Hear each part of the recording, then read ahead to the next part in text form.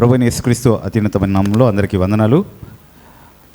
మీ అందరితో కలిసి దేవుని వాక్యం నుండి కొన్ని శ్రేష్టమైనటువంటి తలంపులు పంచుకోవడానికి దేవుడిచ్చినటువంటి ఈ ఆధిక్యతను బట్టి ఆయన ఎంతగానో స్తుతిస్తున్నాను. దేవుని సువార్త మాటలు వినడానికి సకాలంలో కూడి వచ్చిన మీ అందరినీ కూడా ప్రభు నామంలో అభినందిస్తూ ఉన్నాను. మనం ఈ సాయంకాలం ఇక్కడికి రావడం అనేది యాదృచ్ఛికంగా జరిగినటువంటి విషయం కాదు. మనం ఏదో అనుకోకుండా ప్రమాదవశాత్తు ఇక్కడికి వచ్చేసామని కాదు. దేవుడు ఖచ్చితంగా మనము ఈ మాటలు ధ్యానించాలని, ఈరోజు ప్రకటించబడేటటువంటి ఈ మాటలు వినాలని తన సంకల్పంలో ఉద్దేశించాడు కాబట్టే మనం ఇక్కడికి రావడం వీలైంది. మన జీవితంలో జరిగే ప్రతిదీ కూడా దేవుని ప్రణాళికలో భాగంగా, ఆయన సంకల్పంలో భాగంగా జరుగుతుంది అన్నటువంటి విషయాన్ని మనం అర్థం చేసుకోవాలి. సో ఈ సాయంకాలం కూడా మనం ఈ మాటలు వినడం అనేది దేవుని యొక్క ఉద్దేశమై ఉంది కాబట్టి వీటిని మనం జాగ్రత్తగా విందాం. దేవుని మాటలుగా మనం వీటిని విందాం. వీటిని వింటున్నప్పుడు వాటి గురించి జాగ్రత్తగా ఆలోచించడానికి, వాటిని లక్ష్య పెట్టడానికి మనం ప్రయత్నం చేద్దాం. దేవుని వాక్యమైనటువంటి పరిశుద్ధ బైబిల్ గ్రంథం నుండి ఒక మాట చదువుకుని మనము మన ధ్యానాన్ని ప్రారంభించుకుందాం. యోహాను సువార్త 5వ అధ్యాయము 28వ వచనము. దయచేసి ఎవరన్నా చదవండి. యోహాను సువార్త 5వ అధ్యాయము 28వ వచనం. ఓకే, ఇక్కడ ప్రభువైన యేసుక్రీస్తు మాట్లాడుతూ ఏమంటున్నారంటే, నేను చెప్పే ఈ మాటలకి మీరు అస్సలు ఆశ్చర్యపోవద్దు అంటున్నాడు. ఎంతో ఆశ్చర్యపరిచేటటువంటి ఒక విషయాన్ని ఆయన చెప్పబోతున్నాడు, కానీ అస్సలు ఆశ్చర్యపోవద్దు అంటున్నాడు. ఎందుకంటే నేను చెప్పేది ఊరికనే మిమ్మల్ని అబ్బురపరచడానికి, ఆశ్చర్యపరచడానికి చెప్పేటటువంటి మాట కాదు. ఇది అక్షరాల సత్యం, ఇది నెరవేరబోయేటటువంటి వాస్తవం. కాబట్టి దీని గురించి మీరు గంభీరంగా ఆలోచించాల్సినటువంటి అవసరం ఉంది. ఊరికనే ఆశ్చర్యపడడం కాదు అన్నటువంటి భావంలో ప్రభు చెప్తా ఉన్నారు. దేని గురించి ఆశ్చర్యపడద్దు అంటున్నాడు అనంటే, ఒక కాలం వస్తుందంట. ఆ కాలం వచ్చినప్పుడు సమాధుల్లో ఉన్న వాళ్ళందరూ కూడా యేసుక్రీస్తు ప్రభు యొక్క స్వరాన్ని వింటారు. యేసుక్రీస్తు ప్రభు యొక్క స్వరాన్ని వింటారు. ఆ విన్నప్పుడు అందరూ కూడా సమాధుల్లో ఎవరుంటారండి? బై ద వే, సమాధుల్లో ఎవరుంటారు?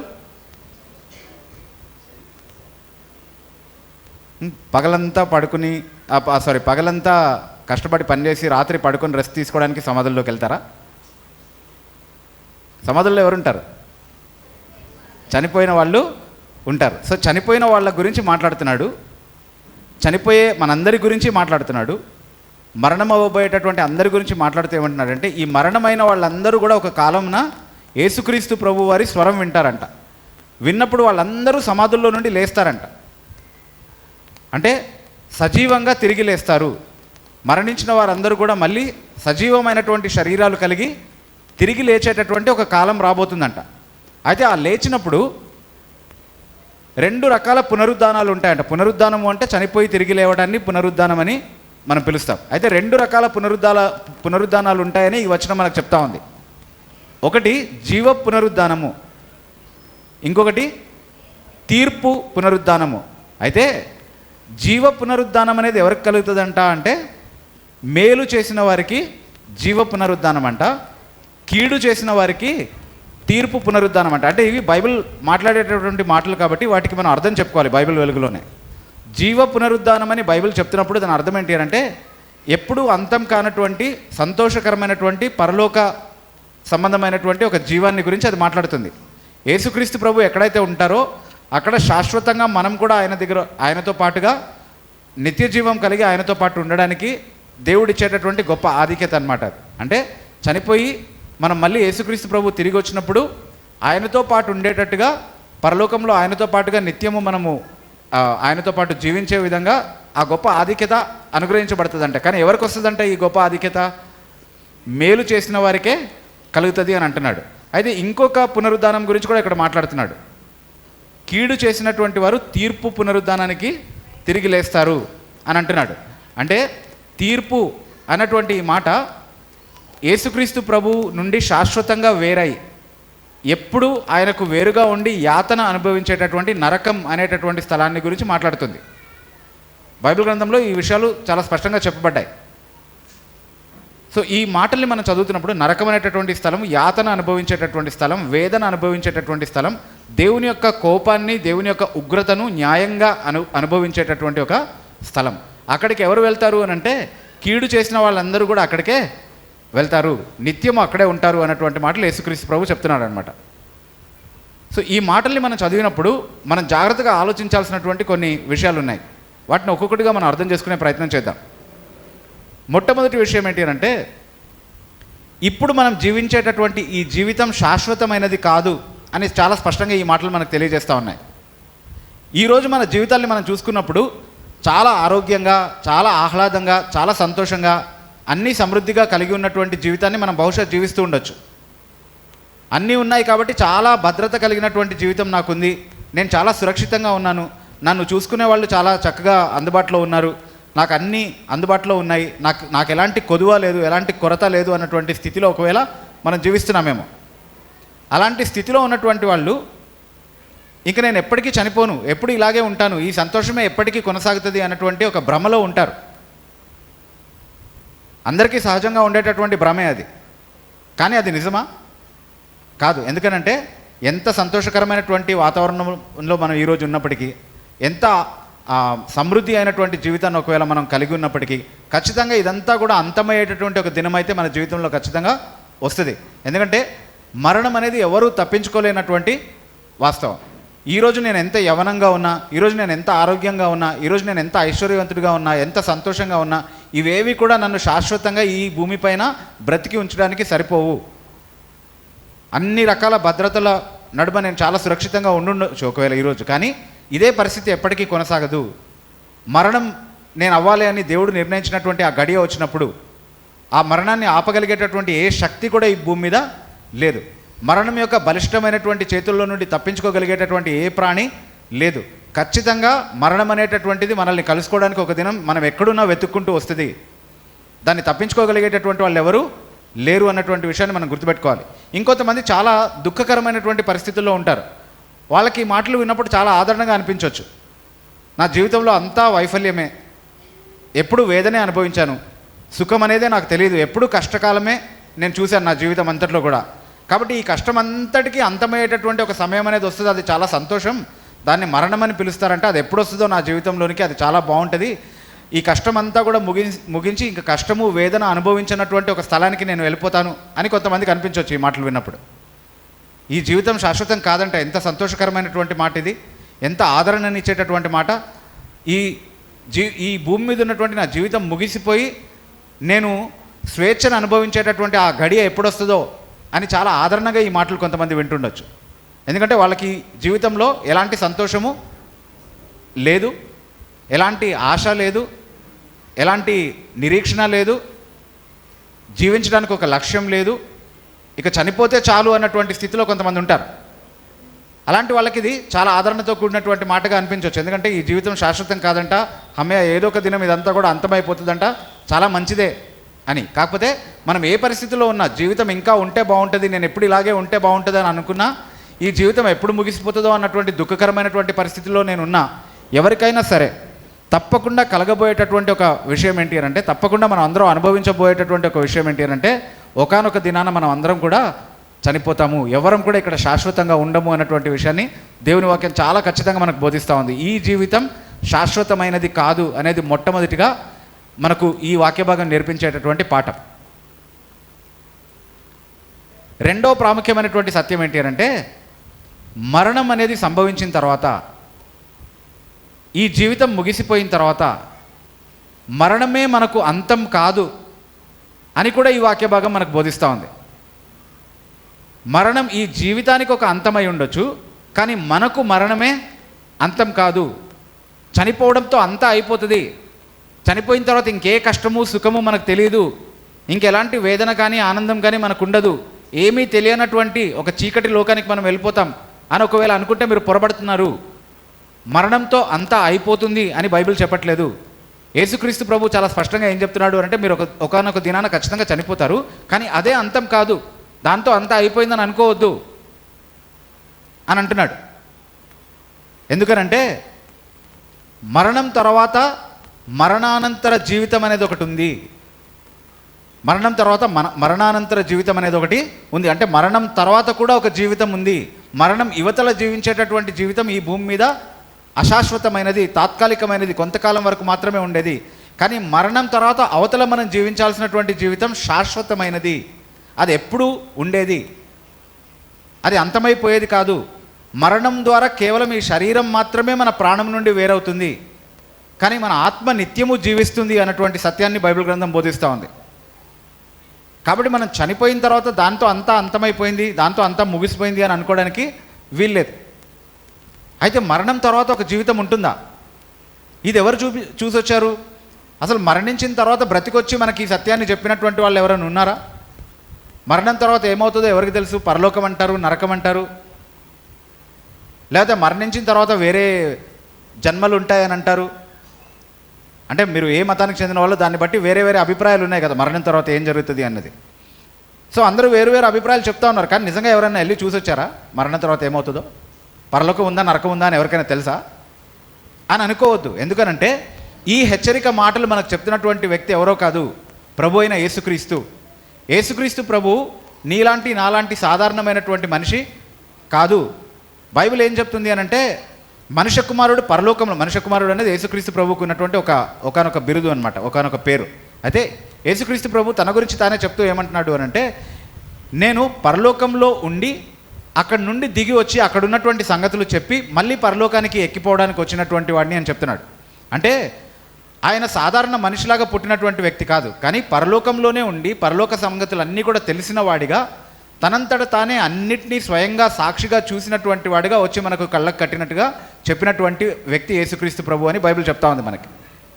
కాబట్టి మరణం తర్వాత జీవితం ఎలా ఉంటుందో ఎవరికీ తెలియదు, ఎవరు చెప్పినా మనం వినాల్సిన అవసరం లేదు అని దయచేసి అనుకోవద్దు. ఎందుకంటే ప్రభు అయిన యేసుక్రీస్తు స్వయంగా చెప్తున్నటువంటి మాట ఏంటి అని అంటే, మరణం తర్వాత ఒక జీవితం ఉంది అని చెప్తున్నాడు ఆయన.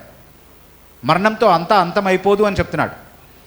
ఎవరి మాట మనం అవసరం లేదు, ఎవరి మాట మనం విశ్వసించాల్సిన అవసరం లేదు. కానీ ప్రభు అయిన యేసుక్రీస్తు చెప్పినటువంటి మాటలు మాత్రం ఖచ్చితంగా విశ్వసించాలి. ఎందుకంటే ఆయన చెప్పినటువంటి మాటలు నమ్మదగినటువంటి మాటలు. ఆయన చెప్పినటువంటి చాలా మాటలు అలాగే నెరవేరాయి. నేను చనిపోతాను, మళ్ళీ 3వ దినాన్న తిరిగి లేస్తానని చెప్పాడు. వారు ఆయన్ని చంపారు, ఆయన 3వ దినాన్న తిరిగి లేచాడు. నేను ఒక సంఘాన్ని స్థాపిస్తాను అని చెప్పాడు. నేను వచ్చే కాలం వరకు ఆ సంఘం భూమి మీద నిలిచి ఉంటుంది అని యేసుక్రీస్తు ప్రభు చెప్పాడు. మరి యేసుక్రీస్తు ప్రభు వెళ్ళిపోయి 2000 సంవత్సరాలు అయిపోయింది. ఆయన ఖచ్చితంగా వస్తాడు అన్నటువంటి నిరీక్షణతో మనం ఎదురు చూస్తూ ఉన్నాం. అయితే చాలామంది ఆయన స్థాపించినటువంటి సంఘాన్ని పాడు చేయాలని, అది లేకుండా చేయాలని ప్రయత్నించారు. కానీ అలా ప్రయత్నించిన వాళ్ళందరూ కూడా కాలగర్భంలో చనిపోయారు, నాశనం అయిపోయారు, ఉనికి లేకుండా అయిపోయారు. కానీ యేసుక్రీస్తు ప్రభు స్థాపించినటువంటి సంఘం మాత్రం ఈ రోజు వరకు కూడా సజీవంగా నిలబడే ఉంది. అలాగే ఆకాశంలో భూమి గతిస్తాయేమో కానీ నా మాటలు సజీవంగా ఎప్పుడూ నిలబడి ఉంటాయని యేసుక్రీస్తు ప్రభు చెప్పారు. ఆయన చెప్పినటువంటి మాటలన్నీ కూడా బైబిల్ అనేటటువంటి ఈ వాక్యంలో రాయబడింది. బైబిల్ అనేటటువంటి ఈ వాక్యాన్ని చాలామంది గత 2000 సంవత్సరాలుగా భూమి మీద ఉనికి లేకుండా నాశనం చేయాలని ప్రయత్నించారు. అలా ప్రయత్నించినటువంటి వారిలో గొప్ప గొప్ప చక్రవర్తులు ఉన్నారు, రాజులు ఉన్నారు, పలుకుబడి ఉన్నటువంటి ఎంతో గొప్ప వ్యక్తులే ఉన్నారు. అలా ప్రయత్నించిన వాళ్ళందరూ కూడా చనిపోయారు. అలా ప్రయత్నించిన వాళ్ళందరూ కూడా నామరూపాలు లేకుండా కాలగర్భంలో కలిసిపోయారు. కానీ యేసుక్రీస్తు ప్రభు రచించి మనకు లిఖితపూర్వకంగా ఇచ్చినటువంటి ఆయన వాక్యం అనేటటువంటి బైబిల్ గ్రంథం మాత్రం ఇప్పటికీ సజీవంగా మన చేతుల్లో చెక్కు చెదరకుండా ఉంది. కాబట్టి యేసుక్రీస్తు ప్రభు చెప్పినటువంటి చాలా మాటలు యథాతథంగా నెరవేరాయని చెప్పడానికి మన మధ్యలోని సాక్ష్యాలు ఉన్నప్పుడు ఆయన చెప్పినటువంటి ఈ మాటలు కూడా ఖచ్చితంగా నెరవేరుతాయి. ఆయన ఏమంటున్నాడు? ఒకానొక దినం వస్తుంది, అప్పుడు సమాధుల్లో ఉన్నటువంటి వారు అందరూ నా స్వరం విని లేస్తారు, అందరూ వారి వారి సమాధుల్లో నుండి బయటకు వస్తారు అన్నటువంటి మాట చాలా స్పష్టంగా చెప్తా ఉన్నాడు. కాబట్టి అది కూడా ఖచ్చితంగా నెరవేరుతుంది. యేసుక్రీస్తు ప్రభువే చెప్తున్నటువంటి మాటల్ని మనం ఎప్పుడు బేఖాతరు చేయొద్దు. ఎందుకంటే ఆయన చెప్పినటువంటి ఏ మాట ఈ రోజు వరకు రాలేదు. ఆయన చెప్పినటువంటి మాట అంతా కూడా తూచా తప్పకుండా ఈ రోజు వరకు నెరవేరుతూ వచ్చింది. కాబట్టి ఖచ్చితంగా ఆయన ప్రకటిస్తున్నటువంటి ఈ ప్రకటన కూడా నెరవేర్పుకి వస్తుంది అన్నటువంటి విషయాన్ని మనం గుర్తుపెట్టుకోవాలి. సో ఆయన స్వరం విన్నప్పుడు ఏమవుతుందంట? మరణించిన వాళ్ళందరూ కూడా లేస్తారు అని చెప్తున్నాడు. అయితే మీరు అనొచ్చు, క్రైస్తవులుగా మీరు ఈ మాటలు నమ్మండి, పర్వాలేదు, మీ బైబిల్ గ్రంథంలో ఉంది కదా, మీరు బైబిల్ని విశ్వసిస్తారు కదా, కాబట్టి మీరు అది సత్యమని నమ్మండి, మాకు ఇబ్బంది లేదు అని ఎవరైనా అనొచ్చు. ఒకవేళ మీరు వేరొక విశ్వాసాన్ని ఆచరిస్తున్నటువంటి వ్యక్తి అయి ఉండొచ్చు. ఈ మాటలు మీరు ఒకవేళ ఆలోచిస్తుంటే కనుక మీకు మీ విశ్వాసం ఉందండి, మంచిదే, బైబిల్ గ్రంథం అలా చెప్తుందా, అయితే నమ్మండి. కానీ మాకు మా విశ్వాసం ఉంది. మా విశ్వాస ప్రకారం మేము చనిపోయిన తర్వాత ఇంకా చాలా జన్మలు ఉంటాయి, 7 జన్మలు ఎత్తుతాము, వేరే వేరే పర్యవసానాలు ఎదుర్కొంటామని మా గ్రంథాలు బోధిస్తూ ఉన్నాయి, మేము వాటిని విశ్వసిస్తాము అన్నటువంటి ఆలోచనలో ఒకవేళ మీరు ఉంటుండొచ్చేమో. కానీ ఈ సాయంకాలం మీరు దయచేసి నాతో కలిసి ఆలోచించండి. చూడండి, భూమి మీద ఉన్నటువంటి వారందరినీ సృష్టించింది ఎవరు? ఒక దేవుడా, లేకపోతే ఆయా జాతుల్ని బట్టి వేరువేరు దేవుళ్ళు వాళ్ళని కలగజేశాడా? ఒక దేవుడే భూమి మీద ఉన్న అందరినీ సృష్టించారు. మతాల వారిగా నా మతానికి సంబంధించినటువంటి దేవుడు నన్ను, నీ మతానికి సంబంధించినటువంటి దేవుడు నిన్ను సృష్టించాడా? లేదు. అందరినీ సృష్టించిన వాడు ఒక దేవుడే. ఆయనే సత్యవంతుడైనటువంటి దేవుడు. ఆ దేవుడే బైబిల్ గ్రంథంలో నుండి మాట్లాడుతున్నాడు. నేనే సమస్తాన్ని కలగజేశాను, నేను సర్వశరీరులకు దేవుడిని అని అంటున్నాడు. కాబట్టి దేవుని గురించి మనం ఆలోచిస్తున్నప్పుడు నీ దేవుడు, నా దేవుడు, విదేశీ దేవుడు, స్వదేశీ దేవుడు, వేరే దేశానికి సంబంధించినటువంటి దేవుడు, మనకు సంబంధించినటువంటి దేవుడు కాదు, క్రైస్తవ దేవుడు, హైందవ దేవుడు, ఇట్లా మాట్లాడకండి. ఎందుకనంటే మనుషులందరినీ సృష్టించినటువంటి దేవుడు ఒకడే. ఆయనే ప్రకటిస్తూ ఏమంటున్నాడు అని అంటే, మరణ పునరుద్ధానం అనేది ఒకటి ఉంటుంది, జీవ పునరుద్ధానం అనేది ఒకటి ఉంటుంది అని చెప్తున్నాడు. చనిపోయిన వాళ్ళందరూ కూడా ఒకానొక దినాన తిరిగి లేచేటటువంటి దినం వస్తుంది అని చెప్తా ఉన్నాడు. మీరు దయచేసి ఆలోచించండి. ఒకవేళ క్రైస్తవ విశ్వాసమేమో చనిపోయిన వాళ్ళందరూ తిరిగి లేస్తారు, కొంతమంది పరలోకానికి వెళ్తారు, కొంతమంది నరకానికి వెళ్తారు అని చెప్తా ఉంటే, ఒకవేళ హిందూ విశ్వాసమేమో కాదు చనిపోయిన తర్వాత 7 జన్మలు ఎత్తుతారు, లేకపోతే చాలా జన్మలు ఇంకా ఉంటాయి, అవన్నీ కూడా వేరువేరు మన కర్మ ఫలాలు అనుభవించి పుణ్యం సంపాదించుకోవడానికి అవకాశాల్లోని ఒకవేళ హిందూ విశ్వాసం చెప్తా ఉంటే, ముస్లిం విశ్వాస ప్రకారం మన మంచిని బట్టి కానీ చెడుని బట్టి కానీ జన్నత్ లేదా జహన్నం ఉంటుంది అన్నటువంటి ఒకవేళ ఆలోచన ఒకవేళ ఉంటే కనుక, అట్లాగే వేరే వేరే విశ్వాసాల్లో వేరే వేరే ఆలోచనలు ఉంటే కనుక దాన్ని ఎలా అర్థం చేసుకోవాలి? మనం ఎలా అర్థం చేసుకోవాలి అనేది చాలా ప్రాముఖ్యమైనటువంటి ప్రశ్న కదా.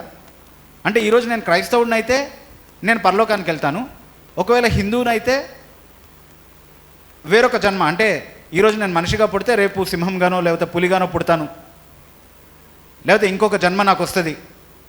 ఒకవేళ నేను ముస్లింని అయితే కనుక ముస్లిం విశ్వాస ప్రకారం నాకు జరుగుతుంది, అట్లా అనుకోవాలా? ఒకవేళ నేను నాస్తికుడిని అయితే కనుక నాస్తికుల ప్రకారం మనుషులు కేవలం ఒక అణు యంత్రం కాబట్టి ఆ యంత్రం పాడైపోయింది లేకపోతే పనిచేయడం ఆగిపోయిందని అనుకోవాలి, ఆ తర్వాత ఇంకా జీవితమే ఉండదు అన్నటువంటి అభిప్రాయం నేను కలిగి ఉంటే ఎవరి విశ్వాసాలకు తగ్గట్టుగా వాళ్ళకి జరుగుతుందా, లేకపోతే అందరికీ ఒకటే వాస్తవం జరుగుతుందా? క్రైస్తవుడికి క్రైస్తవుల విశ్వాసం ప్రకారం, హిందువులకి హిందువుల విశ్వాస ప్రకారం, ముస్లింలకు ముస్లింల విశ్వాస ప్రకారం, నాస్తికులకు నాస్తికుల విశ్వాస ప్రకారం జరుగుతుందా, లేకపోతే చనిపోయిన అందరికీ ఒకే పర్యావసనం ఉంటుందా చివరికి? దాని గురించి ఆలోచించండి. నువ్వు విశ్వసించడాన్ని బట్టి వాస్తవాలు మారిపోవు. 200 సంవత్సరాల ముందు ప్రజలందరూ ఏమనుకున్నారు అని అంటే భూమి బల్లపరుపుగా ఉంది అని అనుకున్నారు. ఈరోజు ఏమంటున్నారు? భూమి గుండ్రంగా ఉంది అని అంటున్నారు.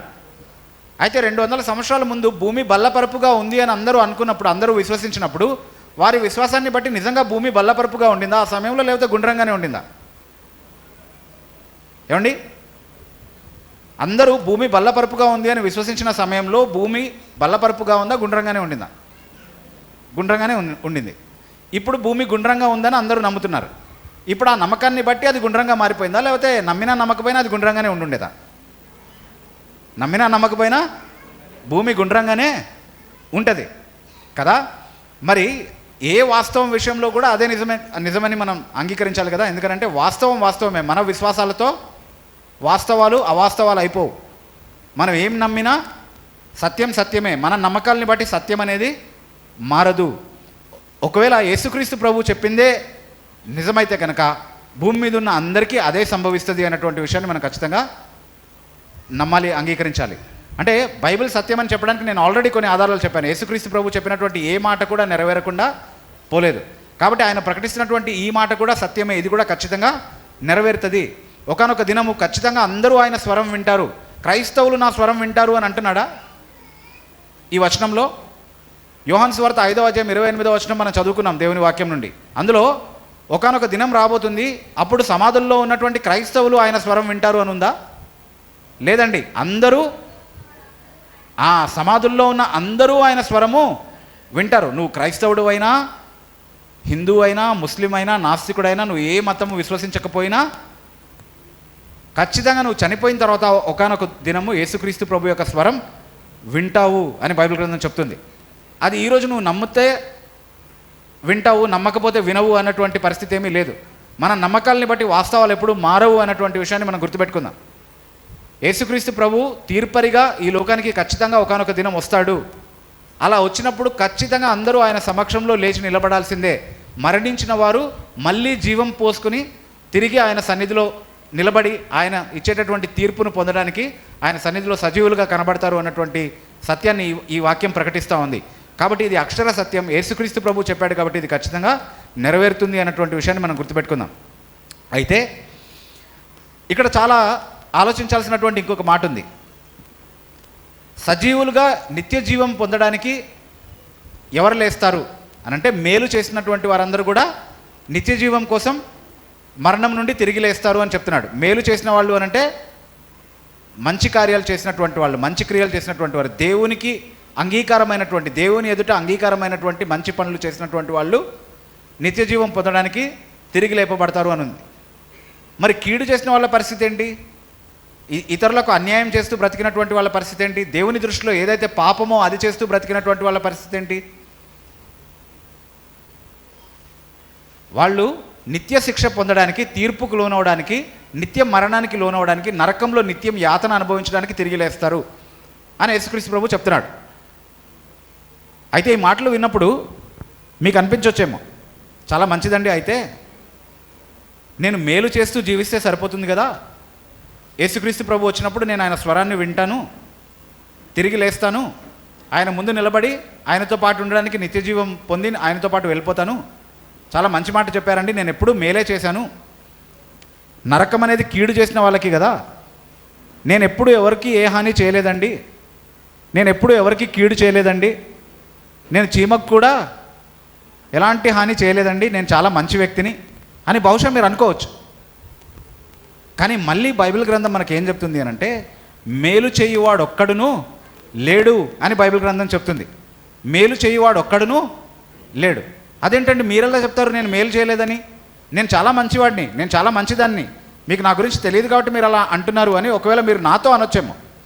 కానీ మేలు చేయువాడు ఒక్కడును లేడు అని నేను చెప్పానా? లేదు, బైబిల్ చెప్తుంది. దేవుని మాట అయినటువంటి బైబిల్ సెలవిస్తున్నటువంటి సత్యం ఏంటి అంటే, మేలు చేసేవారు ఒక్కరు కూడా లేరు, ఒక్క మనిషి కూడా లేరు. దేవుణ్ణి వెదకువారు ఎవరూ లేరు. అందరూ కీడు చేసినటువంటి వారే, అందరూ పాపం చేసినటువంటి వారే. కాబట్టి ఎవ్వరూ దేవుడు అనుగ్రహించేటటువంటి నిత్య జీవానికి అర్హులు కారు. అందరూ కూడా కేవలం దేవుని చేతిలో నుండి శిక్షకు మాత్రమే అర్హులు. ఆయన వచ్చినప్పుడు, ఆయన తీర్పరిగా నిలబడినప్పుడు, అందరూ సజీవులుగా ఆయన ఎదుట వచ్చి నిలబడినటువంటి ఆనాడు ఆయన ఎవరిని చూసి నువ్వు చాలినంత మంచిదానిగా, చాలినంత మంచివాడిగా జీవించావు కాబట్టి నాతో వచ్చేసి నేను పరలోకానికి తీసుకెళ్తాను అని చెప్పినటువంటి అర్హులు ఒక్కరు కూడా ఉండరు. ఎందుకంటే మేలు చేయువాడు ఒక్కడును లేడు, అందరూ పాపం చేసినటువంటి వారే అని బైబిల్ చెప్తా ఉంది. మరైతే మీరు అనొచ్చు, నేను ఎక్కడ పాపం చేశానండి బాబు, నేనేం పాపం చేయలేదు, నేను నిజంగా చాలా యథార్థంగా చెప్తున్నాను, నేను చాలా నాకు తెలిసినంతలో నేను చాలా న్యాయంగా నీతిగా బ్రతకడానికి చూశాను. మీరు కావాలంటే ఎవరినైనా అడగండి, నా పరిచయస్తులను అడగండి, నాకు మంచి పేరుంది, నేను ఉండేటటువంటి ప్రాంతంలో నేను చాలా గౌరవంగా బ్రతికేటటువంటి వ్యక్తిని, మీరు ఎవరిని అడిగినా నా గురించి మంచి రిపోర్ట్ ఇస్తారు. నా ఉద్యోగ స్థలంలో కనుక్కోండి, నేను ఎక్కడ లంచాలు తీసుకోను, ఎక్కడ చాలా నిజాయితీగా ఉంటాను, లేకపోతే నేను చిన్నప్పటి నుంచి చాలా నిష్టగా, చాలా భక్తిగా బ్రతికినటువంటి వ్యక్తిని, కాబట్టి నా జీవితంలో పాపం ఉండేటటువంటి అవకాశమే లేదు అని ఒకవేళ మీరు అనుకోవచ్చేమో. కానీ ఏది పాపం, ఏది పాపం కాదు అని నిర్వచించేది మనం కాదు. ఏది పాపమో ఏది పాపం కాదో నిర్వచించేది ఎవరు? ఎవరైతే తీర్పు తీరుస్తారో ఆ తీర్పరి దృష్టిలో నువ్వు పాపివా కాదా అన్నది ప్రశ్న. నీ దృష్టిలో కాదు, నీ పొరుగువారి దృష్టిలో కాదు, నీ ఇంటివారి దృష్టిలో కాదు, లేకపోతే నీ చుట్టూ ఉన్నటువంటి నీ అందరి శ్రేయోభిలాషుల దృష్టిలో నువ్వు ఎలా ఉన్నావు అన్నది ప్రాముఖ్యమైనటువంటి విషయం కాదు. కానీ తీర్పరిగా ఎవరైతే నీకు జీవమైన మరణమైన ఇవ్వడానికి అధికారం కలిగి నీ ముందు నిలబడి నిన్ను లెక్కడుగుతాడో ఆ దేవుని ఎదుట నువ్వు మేలు చేసావని చెప్పేటటువంటి స్థితిలో ఉంటావా అంటే ఉండవు అని చెప్తుంది బైబిల్. ఎందుకంటే మేలు చేయవాడు ఒక్కడును లేడు. దీని గురించి ఒకసారి ఆలోచిద్దాం. బైబిల్ గ్రంథం ఏం చెప్తుంది అని అంటే, చాలా ఖచ్చితంగా బైబిల్ గ్రంథం ఏం చెప్తుంది అని అంటే, అందరినీ అన్నిటినీ సృష్టించినటువంటి సృష్టికర్త అయినటువంటి దేవుడే నిజమైనటువంటి దేవుడు. ఆయన కాకుండా నువ్వు ఎవరిని ఆరాధ్య స్థానం వచ్చి దేవుడుగా కలిగి ఉండడానికి వీలు లేదు అని బైబిల్ గ్రంథం చెప్తుంది. అయితే నిన్ను సృష్టించినటువంటి ఆ సృష్టికర్తనే నువ్వు దేవుడిగా తెలుసుకున్నావా, లేకపోతే నీ చేతులతో నువ్వు సృష్టించినటువంటి ఒక దేవుడిని దేవుడిగా ఆరాధిస్తున్నావా?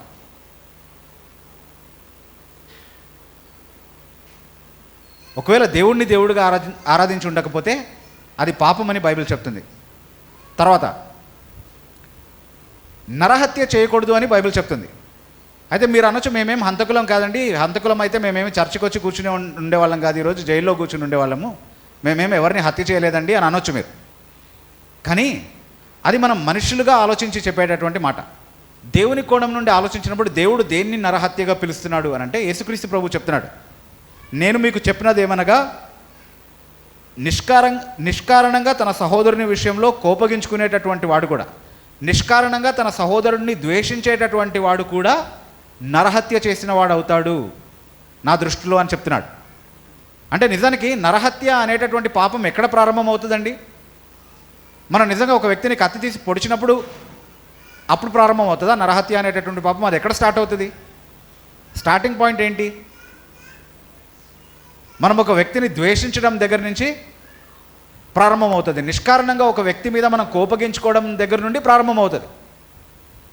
అప్పటికి నువ్వు అంటే నాకు చంపేసి అంత కోపం వస్తుంది అని అంటుంటాం కదా, మనం ఎవరిని చంపం కానీ ఆ మాట అంటాం కదా చాలాసార్లు. ఆ కోపము, ఆ వైఖరి, ఆ ఆలోచన విధానం ఏదైతే ఉందో అది దేవుడు చూసి ఇది నా దృష్టిలో నరహత్య అని చెప్తున్నాడు. నరహత్య చేసిన వాళ్ళు ఎవరు కూడా నా రాజ్యంలోనికి ప్రవేశించడానికి అర్హులు కాదు అని అంటున్నాడు. అంతటితో అయిపోలేదు. వ్యభిచరించకూడదు అని దేవుని వాక్యం చెప్తుంది. మీరు అనొచ్చు, నేను చాలా నమ్మకంగా జీవించినటువంటి వ్యక్తిని, నా జీవిత భాగస్వామి విషయంలో పెళ్ళయిన తర్వాత మాత్రమే కాదు, పెళ్ళవక ముందు కూడా చాలా నిష్ట పాటించాను ఈ విషయంలో. నేను ఎప్పుడూ ఎవరిని నా జీవిత భాగస్వామి స్థానం ఇచ్చి వారిని నా జీవితంలోనికి ప్రవేశించడానికి అనుమతించలేదు, కాబట్టి వ్యభిచారం చేయకూడదు అన్నటువంటి ఈ ఆజ్ఞకు నేను చాలా నమ్మకంగా ఉన్నాను అని అందరూ అనుకోవచ్చు. కానీ యేసుక్రీస్తు ప్రభు ఏమంటున్నాడంటే, నువ్వు ఒక స్త్రీని మోహపు చూపుతో చూస్తే, ఆమె అందాన్ని నీ హృదయంలో ఒకవేళ నువ్వు ఆశిస్తే, నువ్వు నీ కళ్ళతో నీ హృదయంతో వ్యభిచారం చేసినటువంటి వ్యక్తి అవుతావని బైబిల్ చెప్తా ఉంది. ఇప్పుడు ఒకసారి ఆలోచించండి, ఎప్పుడైనా ఏ వ్యక్తి గురించి అయినా ఆ వ్యక్తిని తప్పుగా ఆలోచించేటటువంటి తలంపులు మన మనసులోకి వచ్చాయా లేదా? అలాంటి తలంపులు నాలో ఎప్పుడూ కలగలేదండి, ఎవరి విషయంలోనూ నాకు అలాంటి ఆలోచనలు రాలేదని చెప్పగలిగేటటువంటి వారు ఎవరు ఉండరు. అయితే అది కేవలం తలంపు మాత్రమే కదండి, అది కేవలం ఆలోచన మాత్రమే కదా. అలా ఎవరికి రాకుండా ఉంటుంది అందరికీ వస్తుంది కదండి. భలేవారే మీరు, అలాంటి వాళ్ళు ఎవరు ఉంటారండి, అందరికీ వస్తుంది కదా అంటే బైబిల్ కూడా అదే చెప్తుంది. కాబట్టి అందరూ దేవుని దృష్టిలో దోషులు, కీడు చేసిన వాళ్ళు అని చెప్తుంది. ఎందుకంటే మీరు కళ్ళతో చేసినటువంటి వ్యభిచారాన్ని ఇంకెవరు చూసి ఉండకపోవచ్చు, మీ హృదయంలో మీరు అనుభవించినటువంటి ఆ వ్యభిచార ఆనందాన్ని ఇంకెవరు పసిగట్టు ఉండకపోవచ్చు, కానీ దేవుని కళ్ళు అవి కూడా చూశాయి. దేవుడు అంటున్నాడు, అది నా దృష్టికి వ్యభిచారం అంటున్నాడు, అది పాపం అంటున్నాడు. నీ పొరుగు అనేది ఏది ఆశించకూడదు అని అంటున్నాడు. దొంగిలకూడదు అని మాత్రమే చెప్పట్లేదు, నీ పొరుగు అనేది ఏది ఆశించకూడదు, నీది కానిది ఏది కూడా నువ్వు ఆశించడానికి వీల్లేదు అని దేవుని వాక్యం చెప్తుంది. ఎప్పుడైనా ఆశించావా? ఆ ఆశే కదా దొంగతనానికి దారి తీసేటటువంటి తలంపు. నీ పొరుగు అనేది నీది కానిది, నువ్వు అర్హించని దాన్ని ఎప్పుడైనా ఇది నాకుంటే బాగుండు అని ఆశించావా? అంతేకాకుండా నా హృదయంలో నేను పాపాన్ని లక్ష్య పెడితే దేవుడు దాన్ని చూస్తాడు అన్నటువంటి మాటలు బైబిల్ గ్రంథం మనకు బోధిస్తూ ఉన్నాయి. కాబట్టి మన మనస్సులో నుంచి కలిగేటటువంటి అసూయ, ఈర్ష, కోపం, కామ వికారపు ఆలోచనలు, ఇతరులను ద్వేషించేటటువంటి దూషణ తలంపులు, దేవునికి వ్యతిరేకంగా వచ్చేటటువంటి తలంపులు, ఇవన్నీ కూడా ప్రతి ఒక్కరి జీవితంలోనూ సాధారణంగా తలంపులతో అందరూ చేసినటువంటి పాపాలే అని బైబిల్ చెప్తుంది. దేవుడు ఈ కొలమానాన్ని బట్టి తీర్పు తీరుస్తాడు, మనం ఆలోచించేటటువంటి కొలమానాన్ని బట్టి కాదు. దేవుడు స్వయంగా తీర్పరిగా మన ముందు నిలబడినప్పుడు, మనం ఆయన సింహాసనం ఎదుట లెక్కప్ప చెప్పుకోవడానికి ఆయన ముందు నిలబడినటువంటి రోజున ఆయన నీతి ప్రమాణాలని బట్టి, ఆయన కొలమానాలని బట్టి మనల్ని తీర్పు తీరుస్తాడు. అలా చూసినప్పుడు నేను మేలు చేశాను, నేను ఏ పాపము ఎరగను, నేను ఎప్పుడు కీడు చేయలేదు అని చెప్పగలిగేటటువంటి మనుషులు ఎవరైనా ఉంటారా? ఎవరు ఉండరు. కాబట్టి అందరూ చనిపోయినటువంటి వాళ్ళందరూ సమాధుల్లో నుండి లేస్తారు, లేచి అందరూ ఎక్కడికి వెళ్ళాలి?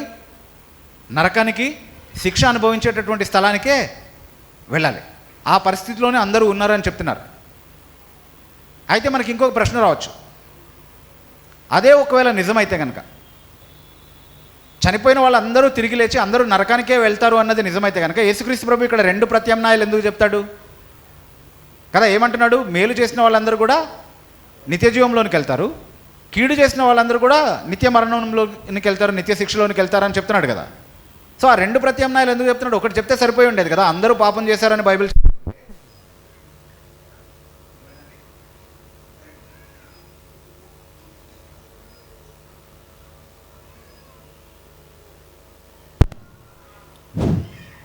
ఓకే, అందరూ పాపం చేశారని బైబిల్ చెప్తా ఉంటే మరి అందరూ చనిపోయిన వాళ్ళందరూ లేచి నరకానికి వెళ్ళిపోతారని చెప్తే సరిపోయి ఉండేది కదా.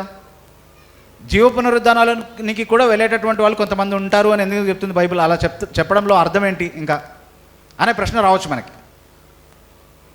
దాని నుండి మనం అర్థం చేసుకోవాల్సిన విషయం ఏంటి అంటే, అందరం కూడా నరకానికి వెళ్ళాల్సినటువంటి వారమే అయినప్పటికీ కూడా, అందరము దేవుని శిక్షావిధికి మాత్రమే తగినటువంటి జీవితాలు జీవించినటువంటి వారం అయినప్పటికీ కూడా, మనము ఆ శిక్షావిధి నుండి తప్పించుకోవడానికి దేవుడు ఒక మార్గాన్ని సిద్ధపరచాడు. ఆ మార్గానికి మనల్ని మనం విధేయులుగా చేసుకుంటే నరక శిక్ష నుండి మనం తప్పించుకొని యేసుక్రీస్తు ప్రభు వాగ్దానం చేసేటటువంటి నిత్య జీవంలోనికి మనం ప్రవేశించేటటువంటి అవకాశం ఉంది. ఆ నిరీక్షణ బైబిల్ గ్రంథం మనకి ఇస్తూ ఉంది. అయితే ఏంటి దేవుడు సిద్ధపరిచినటువంటి ఆ మార్గం అనంటే, తన కుమారుడైనటువంటి యేసుక్రీస్తు ప్రభువుని ఈ లోకంలోనికి దేవుడు పంపించాడు. ఆయన వచ్చి దేవుడు కోరినటువంటి పాపరహితమైనటువంటి, పాపం లేనటువంటి, నీతియుక్తమైనటువంటి జీవితాన్ని జీవించాడు. జీవించిన తర్వాత ఏ పాపము లేనటువంటి ఆయన పాపుల కొరకు సిలువ పైన మరణించాడు. మరణించిన ఆయన మరణాన్ని ఓడించి పునరుద్ధానుడుగా 3వ దినాన లేచాడు.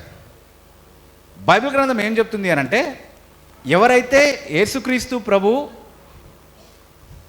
పాపానికి రావాల్సినటువంటి మరణాన్ని సంపూర్ణంగా అనుభవించి దాన్ని జయించి తిరిగి లేచాడు అన్నటువంటి సత్యాన్ని నమ్ముతారో, విశ్వసిస్తారో, అది విశ్వసించడం కారణంగా ఎవరైతే వారి పాపాలకు స్వస్తి చెప్పి, ఇప్పటివరకు నేను జీవించినటువంటి పాపపు జీవితం ఇక చాలు, దాన్ని నేను విడిచిపెట్టి నా జీవితాన్ని ఇక్కడ మార్చి అక్కడ నిత్య జీవాన్ని నాకు ఇవ్వగలిగేటటువంటి యేసుక్రీస్తు ప్రభుకి నా జీవితాన్ని నేను సమర్పించుకుంటాను అనేటటువంటి విశ్వాసంలోనికి ఎవరైతే నడిపించబడతారో వాళ్ళందరూ కూడా వారి పాపాలు క్షమించబడి దేవుని ఎదుట నీతిమంతులుగా చేయబడతారు. వాళ్ళు మంచివాళ్ళు కాబట్టి కాదు, కానీ వాళ్ళ పక్షంగా యేసుక్రీస్తు ప్రభు ఆ నీతిని వారి కోసం సంపాదించాడు కాబట్టి వారికి నిత్య జీవం కలుగుతుంది అని బైబిల్ చెప్తా ఉంది. సో ఎవరైనా మేలు చేసిన వారిగా దేవుని ఎదుట నీతిమంతులుగా లెక్కించబడేటటువంటి వారంటూ ఎవరైనా ఉంటే వాళ్ళు ఎవరు అనంటే, యేసుక్రీస్తు ప్రభు నా కొరకు సిలువ పైన చనిపోయాడు, ఆయన్ని విశ్వసించడం ద్వారా నా పాపాలన్నీ క్షమించబడతాయి, పాపాలు విడిచిపెట్టి దేవునికి ఇష్టమైనటువంటి ఒక కొత్త జీవితం నేను ప్రారంభించడానికి ఇదే దేవుడు నా కొరకు ఏర్పాటు చేసినటువంటి మార్గం, దీని ద్వారా నేను దేవుని సారూప్యంలోనికి మార్చబడతాను, దానికోసమే యేసుక్రీస్తు ప్రభు ఈ లోకానికి వచ్చాడని ఎవరైతే విశ్వసిస్తారో వాళ్ళందరూ కూడా వాళ్ళ పాపాలు క్షమించబడి దేవుడు అనుగ్రహించేటటువంటి నిత్య జీవానికి, పరలోకానికి అర్హులు అవుతారు అన్నటువంటి సత్యాన్ని బైబిల్ గ్రంథం మనకు బోధిస్తూ ఉంది. దీని సత్యమని ఎందుకు నమ్మాలి? ఎందుకు అనంటే చూడండి, ఈ మాటలు జాగ్రత్తగా వినండి. అన్ని మత విశ్వాసాల్లోనూ పాపం గురించినటువంటి ప్రస్తావన ఉంది, పాపానికి కలిగేటటువంటి పర్యవసానాల గురించినటువంటి ప్రస్తావన ఉంది, పాపానికి పరిష్కారంగా చెప్పబడినటువంటి విషయాలు కూడా ఉన్నాయి. అయితే ఒక మతం ఏం చెప్తుంది అనంటే, దేవుడు ప్రేమమయుడు కాబట్టి, దేవుడు కృపామయుడు కాబట్టి, దేవా నేను తప్పు చేశాను నన్ను క్షమించు అనంటే దేవుడు క్షమించేస్తాడు, ఆయన కృప కలిగినటువంటి వాడు కదా, ఆయన పాపాలన్నీ కూడా క్షమించేస్తాడు అని చెప్తుంది ఒక మతం. అయితే అక్కడ ఒక సమస్య ఉంది. అలా నమ్మడం ద్వారా వచ్చినటువంటి ఒక పెద్ద సమస్య ఉంది. ఆ సమస్య ఏంటి అనంటే, పాపాలన్నీ చేసినటువంటి వాళ్ళు వచ్చి దేవా నా పాపాలు క్షమించు అని అంటే, నిజానికి దేవుడు పాపం చేసినటువంటి వాళ్ళని ఏం చేయాలి? న్యాయవంతుడైతే కనుక, దేవుడు ఒకవేళ న్యాయవంతుడైతే కనుక పాపం చేసిన వాళ్ళని ఏం చేయాలి? శిక్షించాలి. కానీ ఇక్కడ ఏం చేస్తాడు అని చెప్తున్నారు? దేవా నన్ను క్షమించు, నేను తప్పు చేశాను అని ఎవరన్నా వచ్చి చెప్తే ఆయన కృప కలిగినటువంటి వాడు కాబట్టి క్షమిస్తాడు అని చెప్తున్నారు. అక్కడ సమస్య ఏంటి అని అంటే దేవుడు కృప కలిగిన వాడు అవుతున్నాడు, కానీ సత్యవంతుడు కాదు, న్యాయవంతుడు కూడా కాదు. ఎందుకంటే సత్యాన్ని తప్పి న్యాయాన్ని తప్పి ప్రవర్తిస్తున్నాడు. సత్యం ఏంటి? వీళ్ళు పాపులు కాబట్టి వీళ్ళు ఖచ్చితంగా శిక్షార్హులు, వాళ్ళని శిక్షించాలి అన్నది సత్యం కదా. సో దేవుడు సత్యవంతుడు అయితే కనుక, న్యాయవంతుడు అయితే కనుక కృప కలిగి ఎలా క్షమిస్తాడు అంటే ఆయన కృప ఆయన న్యాయానికి వ్యతిరేకంగా ఉంది అన్నటువంటి సమస్య వస్తుంది అక్కడ. ఇంకొక మతం ఏం చెప్తుందంటే దాన్ని పరిష్కరించడానికి దుష్ట శిక్షణ శిష్ట రక్షణ, అంటే పాపం చేసినటువంటి దుష్టుడికి క్షమాపణ అనేదే ఉండడానికి అవకాశం లేదు. ఖచ్చితంగా వాడి పాప పర్యవసానాల్ని వాడు సంపూర్ణంగా అనుభవించి తీరాల్సిందే, అదే న్యాయం అని చెప్తున్నారు. అక్కడ కూడా ఒక సమస్య ఉంది. అక్కడ ఉన్నటువంటి సమస్య ఏంటి అని అంటే దేవుడు న్యాయవంతుడుగా కనబడుతున్నాడు, శిక్షించేటటువంటి దేవుడుగా కనబడుతున్నాడు, కానీ కృపలేని వాడిగా ఉంటున్నాడు దేవుడు. అంటే కృప లేదు, క్షమించేటటువంటి గుణం కూడా లేనటువంటి ఒక దేవుడు కనబడతా ఉన్నాడు అక్కడ మనకి. ఈ సమస్య వస్తూ ఉంది. దేవుడు సత్యవంతుడు అయితే కనుక కృపలేని వాడిగా కనబడుతున్నాడు, కృప చూపిస్తే కనుక న్యాయం తప్పినటువంటి వాడిగా కనబడతా ఉన్నాడు. కాబట్టి ఈ రెండు కూడా అసంపూర్ణమైనటువంటి అభిప్రాయాలే దేవుని గురించి. కానీ బైబిల్ గ్రంథం మాత్రమే ఏం చెప్తుంది అని అంటే యేసుక్రీస్తు ప్రభు కృపా సత్య సంపూర్ణుడు అని చెప్తుంది. నా మాటలు వింటున్నారా అందరూ కూడా? అందరూ వింటున్నారా? ఓకే, నాతో పాటు ఈ మాటలు చెప్పండి. యేసుక్రీస్తు ప్రభు కృప సత్య సంపూర్ణుడు.